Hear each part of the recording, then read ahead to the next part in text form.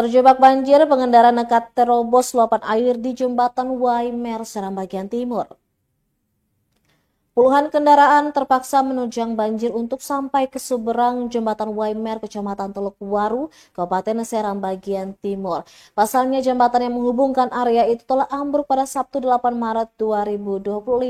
Pantauan tribunambon.com pada Selasa 1 April 2025 sore. Di lokasi tampak beberapa kendaraan roda 2 terpaksa ditandu untuk sampai ke seberang sungai lantaran terjebak di timbunan tengah sungai. Sesama pengendara pun bergotong royong mengevakuasi satu persatu kendaraan. Sementara sejumlah kendaraan roda 4 nekat menerobos derasnya aliran sungai.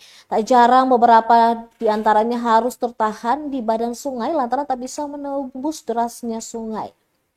Arifin Hatala salah satunya, ia dengan nekat menantang maut lantaran salah satu penumpangnya yang tengah berduka. Ia mengaku kendaraan miliknya nyaris ditelan banjir saat menerjang sungai tersebut. Beruntungnya beberapa warga masih sempat menolongnya sebab berisi penumpang yang masih anak-anak. Diberitakan sebelumnya ratusan kendaraan menumpuk di kawasan Jembatan Waimer, Kecamatan Teluk Waru pada Selasa 1 April 2025.